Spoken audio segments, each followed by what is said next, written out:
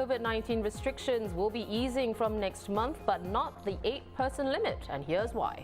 I know it's not popular, but this is actually when people interact in close proximity settings without mask. This remains one of the highest risk activities that we know about. Japan has kicked off its Olympic torch relay, marking the official countdown to the Tokyo 2020 Games. And we tell you who's in the running for 16 awards up for grabs at this year's Youth Music Awards.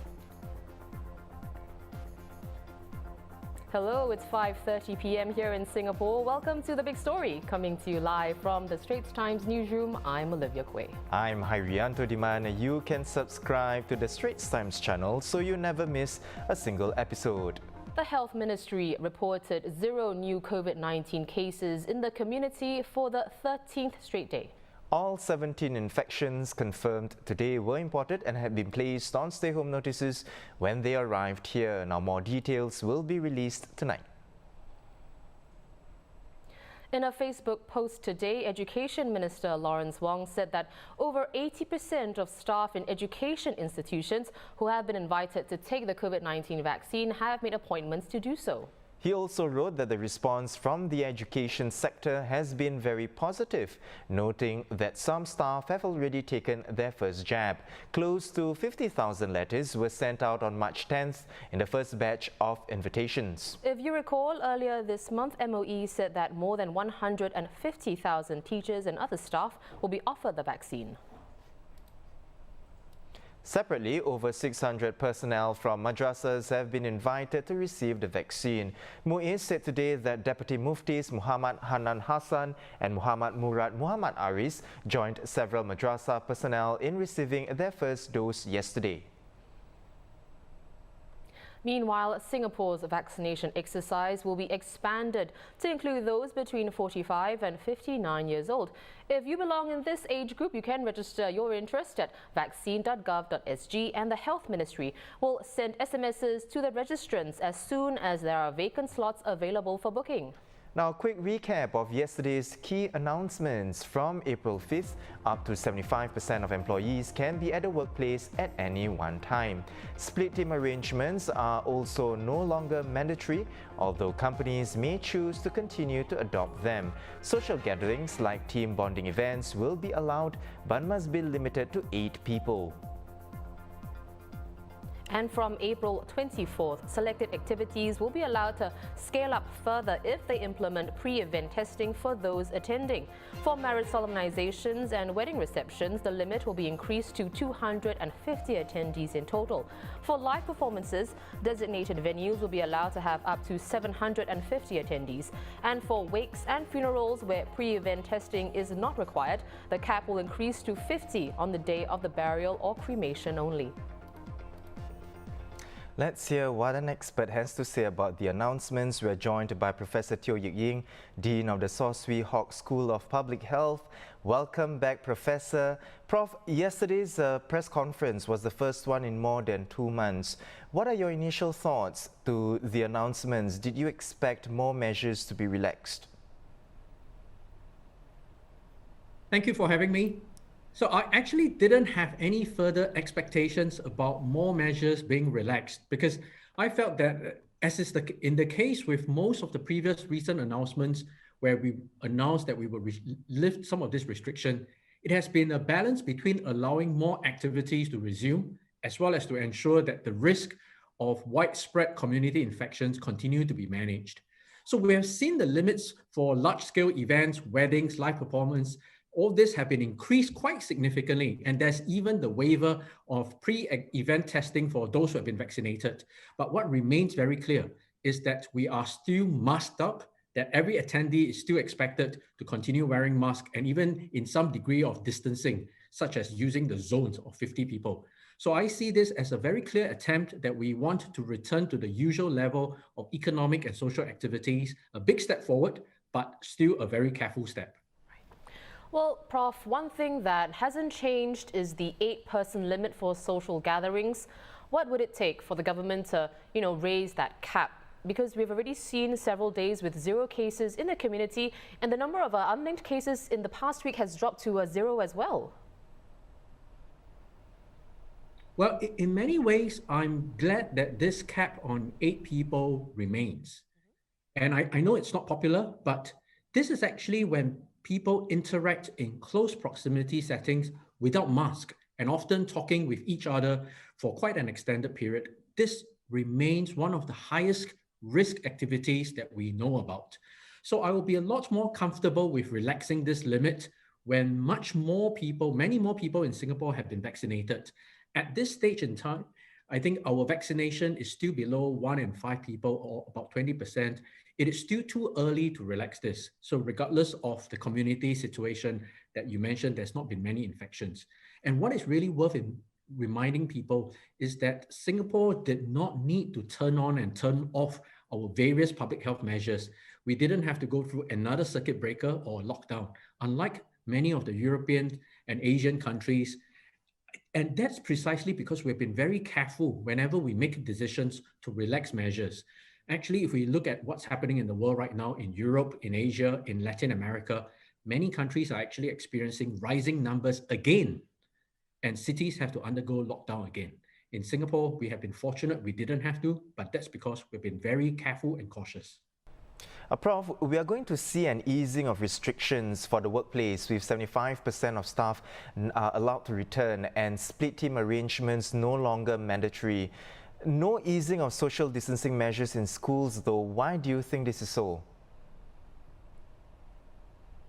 Well, if we look at the main functions of the schools from the perspective of education, training, including physical and mental well-being, development of values, social responsibilities, a lot of these activities have actually resumed already. So most CCAs, even day camps, have also been allowed to continue successfully. So what remains to be off limits are some of the contact sports competitions, some of the overnight camps, especially for the uniform groups. So kids are supposed to maintain some form of distancing during recess time as well. But in fact, a lot of the interactions between children, between the school-going children and their friends and teachers have resumed, and in a very safe manner. So in the beginning, my own children were complaining that they can't interact with their friends during recess, but I don't hear much about that now because I think that there is quite a degree of interactions that now are able to continue.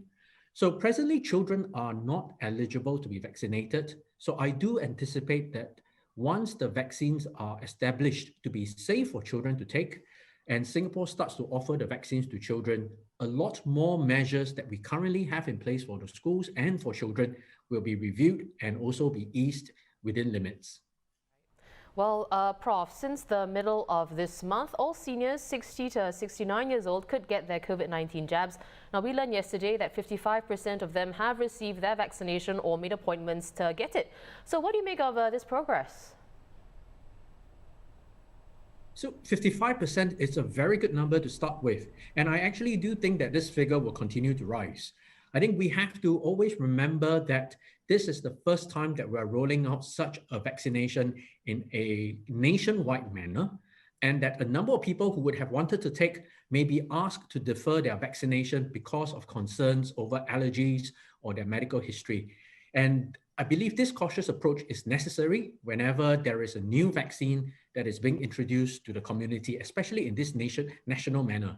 And some people will suffer stronger side effects as a result of the vaccination.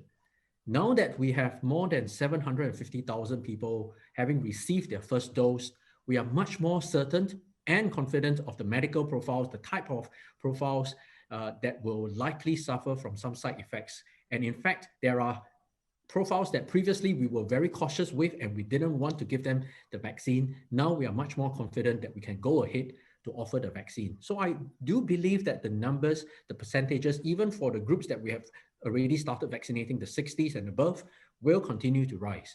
And realistically, as more and more activities will be permitted for people who have been vaccinated, including the possibility of leisure travel, I actually think that more people will come forward to take up the vaccine when they are offered as well. Professor Teo, thank you so much for coming on the show. As always, that was Professor Teo Yik Ying, Dean of the Saw Swee Hock School of Public Health at NUS. What do you make of yesterday's announcements? Well, tell us and let us know in the comments section below. In just under 2 weeks, on April the 7th, it'll be a year since Singapore went into the circuit breaker. And your lives may have changed since then through exercise, a new hobby or skill. Or maybe you switched jobs or even started your own business. That's right, and we want to know your story, so share it with us by completing this sentence with a word or phrase: circuit breaker changed my ... You can email a photo or drawing together with a short description of your experience to stshare@sph.com.sg. Or you can share your photo or video on Instagram with a caption describing how your life has changed in the past year. Remember to hashtag it with Circuit Breaker 1 year on. The deadline for submissions is tomorrow, March 26th.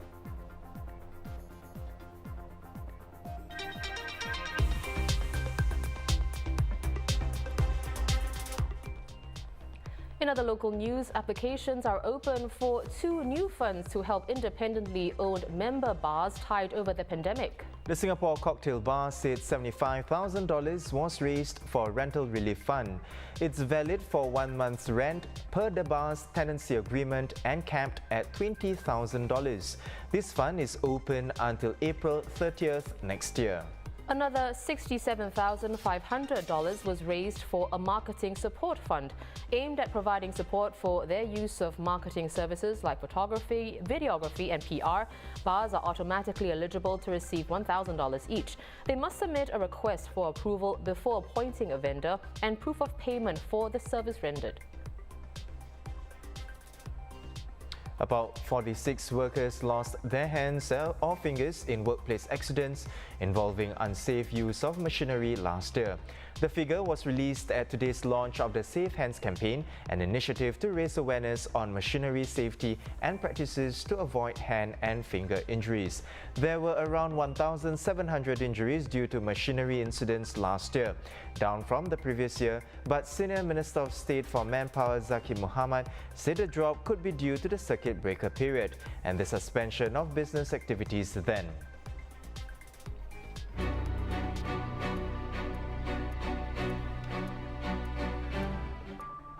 Well, let's take a quick look overseas. The Suez Canal is still blocked with tugs and diggers so far failing to dislodge a massive container ship. And this situation has left around 185 other vessels waiting to cross the canal. A rough estimate shows that the blockage is costing about $539 million an hour because about 12%, of global trade goes through the Suez Canal. So here's a brief explainer on why the canal is so important. The Suez Canal is one of the world's busiest shipping lanes. About 12% of world trade by volume passes through the man-made channel connecting Europe and Asia. So, a traffic jam like the one caused by the 224,000-ton Ever Given container ship is rather a big problem and could have a major impact on the global flow of oil and gas. Nearly 19,000 ships passed through the canal during 2020. That's an average of 51.5 ships per day. All that traffic adds up to about 1.17 billion tons, all squeezing through the man-made channel. Giant tankers and container ships carry everything from crude oil and refined products to finished goods like electronics and toys. The Suez Canal is also a major source of hard currency for Egypt. The country raked in $5.6 billion in tolls in 2020, despite global trade disruption elsewhere.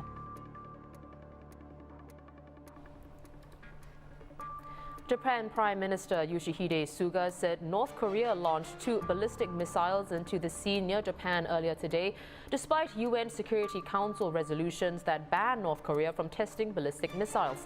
Japan lodged a formal protest and said the tests threatened peace and safety in the region, while South Korea's National Security Council expressed deep concern.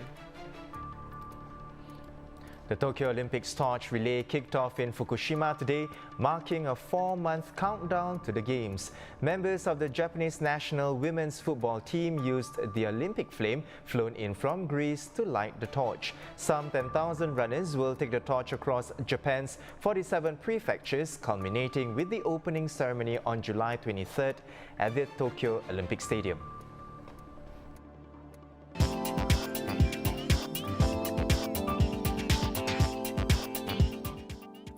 Thursdays, our weekly check-in with our colleagues at Life. There's a new restaurant at the Clan Hotel under the TungLok group. Now, senior food correspondent Wong Ah Yoke is here with a quick review. Ah Yoke, not to give too much away, but your review is going to be out on the Sunday Times this weekend. How would you rate Chin restaurants apart from other restaurants under the same brand? Yeah, Chin is part of the TungLok group. I think a lot of people would know that TungLok is known for its traditional Chinese restaurants, mainly Cantonese restaurants. It has restaurants like TungLok Signature, and there is TungLok Sea Peking Duck, which specializes in the duck dish. But Chin is a little bit different. It's more modern. It's still a lot of Chinese cooking, but the chef is Western trained, so he uses a lot of Western techniques, and the presentation sometimes is very different from what you will find in a traditional Chinese restaurant. But when you eat the food, the taste is still very familiar. So he will have dishes like inspired by chili crab, Hainanese chicken rice, which we are all very familiar with, but it looks very different. But when you eat it, you do think of chicken rice. It tastes like chicken rice. And the chili crab, tastes like chili crab. What are the top dishes that we absolutely have to try? I tried a number of dishes, and I like almost all of them, but there are some that I will highlight for different reasons. There's one dish I like a lot called kurobuta, which is very, very good value. It's $38 for a huge pork rack, and the meat is very good too. I mean, kurobuta pork is a Japanese pork, very succulent, very flavorful. So that is one dish that I would definitely recommend. There's a mushroom tea, which is very interesting if you're into like Instagram videos and photos, because the tea is made with a coffee siphon. It's this glass contraption where you boil the water, and the water like gushes up into another glass beaker above where the coffee powder is. So instead of coffee powder, the chef puts in this sachet of mushroom powder. So the soup infuses with the mushroom flavor.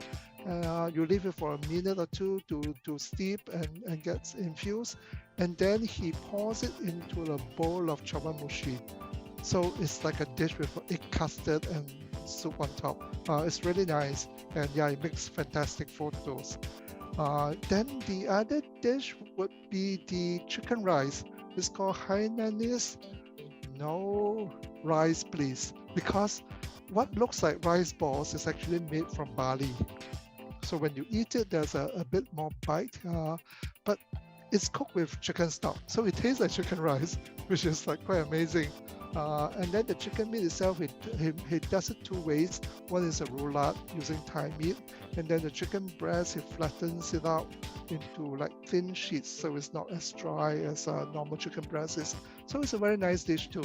So these are the few dishes I definitely recommend. Well, that sounds really delicious. Thanks so much, Ah Yoke. That was food correspondent Wong Ah Yoke. Now give Chin a try next time you're looking for a nice dinner spot. It's on the 5th level of the Clan Hotel on Cross Street. And remember to check out Ah Yoke's piece in the Sunday Times. Well, moving on, the 3rd edition of the Youth Music Awards is at the end of the month, and it celebrates the finest local young musicians. And here to share more is our music correspondent, Eddino Abdul Hadi. Hi, Dino. So 80 musicians will be vying for 16 awards. Your predictions, please. Who do you think will emerge the big winner on March 31st? Album of the year, I would say I'm partial to Shai's Days to Morning Glory. Now Shai, she is only 17, 18. She's a very young talent who just came out of Singapore. And if you listen to an album, it's a fully fledged album for an artist who's so young and who just came out in a couple of years ago. And I'm very impressed for the album that was made in her bedroom. So I think my money would go for her to win Album of the Year. If you're thinking about like people who will win more than one awards, I'd say it's between Benjamin King, and Gentle Bones. Why do I say so? Well, obviously both of them have a huge following among the English pop music fans in Singapore, but also both of them are vying for Artist of the Year. But here's the thing, they have a duet out that's called Better With You, and it's also in the running for Single of the Year. So if that song wins, prizes goes to both of them. But Gentle Bones has a one-up on and Ben King. He has a song called Dear Me, which was also in the running for Single of the Year. So I think either of these two guys will come home with more than one awards that night. Now, do you know how far can this recognition go in helping a young musician's career or the local music scene in general? The Youth Music Awards is fairly new. This is only the 3rd edition. It's still niche. I would say it's still niche. Singaporean musicians are still outnumbered by their international counterparts when it comes to the pop charts here. So, but what an award like this can do is it can give recognition to the achievements by our homegrown young musicians who are below 35. This award, I think, kind of looks forward to the future of music in Singapore. So right now, it might not be super mainstream. Your average mainstream music listener might not even recognize who Young Raja is, or Gentle Bones is, or Ben King is. But I think the hope is to build up such awards so that hopefully in 5-10 years' time, this will be a big deal. It will be as big as Mediacorp Star Awards. Something we can only hope. Thanks, Dino. We've been speaking with Eddino Abdul Hadi, music correspondent for the Straits Times. Now, the Youth Music Awards, it's on March 31st at 7 p.m. and you can watch it online, including on Scape's Facebook page. Well, sticking with the music element, Hamilton, the insanely popular Broadway musical that's won 11 Tony Awards, well, it's on Disney Plus right now. And actually, when I downloaded the app, it was one of the first things that I added to my must-watch list. Well, journalist Jen Lee is here to tell us if musicals, but as you can see, Jen is actually outdoors right now because she's on a job. Thank you so much for joining us. Now, Jen is here to tell us if musicals can be enjoyed on a streaming service as opposed to watching it live. Jen, we go to the theatre to watch a live performance. It's a unique experience compared with TV or film. So in making a live recording of a stage performance, with camera cards and different angles, will it work? Yes, I've watched the whole of Hamilton on Disney Plus, and I actually thought it was a really good musical film because they did a lot of cuts, a lot of camera shots, close-ups that you wouldn't be able to enjoy if you were actually in the theater with them. Although being in the theater, of course, that would bring a sense of immediacy that you just can't get off a streaming service, right? But there are close-ups, there are closer angles. You can see very clearly how the stage is set up, how it moves. There's a very famous sequence in Hamilton, this song called Satisfied. So there's a part where they rewind the stage. So they rewind all the characters, they walk backwards, they move backwards, time is going backwards. And you can see the way the stage sort of moves in reverse, and it's just a very nice sequence to be able to see up close. So I think it brings a different element to your enjoyment. It makes you feel, I guess, you can see the details a lot closer. Jen, countless Broadway hits especially, they eventually make their way to Singapore. I think Wicked, of course, is the most obvious example for me. So do you think we'll see this happening with Hamilton coming to our shows, of course, when the pandemic is over? I mean, hopefully, I really, really hope it comes because it's a great musical. The great thing about Hamilton is, even though it is a story of American founding fathers, so it's a story entirely about white men, but it's a story that I think Lin-Manuel Miranda, who created the music for it, he always wanted to cast it with people of color. So it's Hispanics, Asians, African Americans. So it's very diverse and it reflects the America of today. So I think it's very fresh and refreshing to watch. And it's just so fun that it's a musical. When you think of musicals, you think of things like Phantom of the Opera, so you tend to think of things that are a bit traditional and old-fashioned in that sense, loud booming music, slow operatic ballads, but this one is raps, it's hip-hop, it's very, very catchy tunes, and I just can't wait for it to come to Singapore. I really, really hope it does. I haven't heard anything about that yet because we're in a pandemic, and we haven't had live musical shows in a very long time, but hopefully post-pandemic we will be able to see it in Singapore. Yep, fingers crossed. So in the meantime, of course, you can catch Hamilton on Disney+. Jan, thank you very much for making time for us. That was journalist Jan Lee. Check out the Friday pages for more ideas on how you can spend your weekend. Right, well, for more news and videos, visit straitstimes.com and subscribe to our YouTube channel by hitting the red button below. Once again, I'm Haryanto Diman with Olivia Quay. Join us tomorrow for more stories on A Big Story.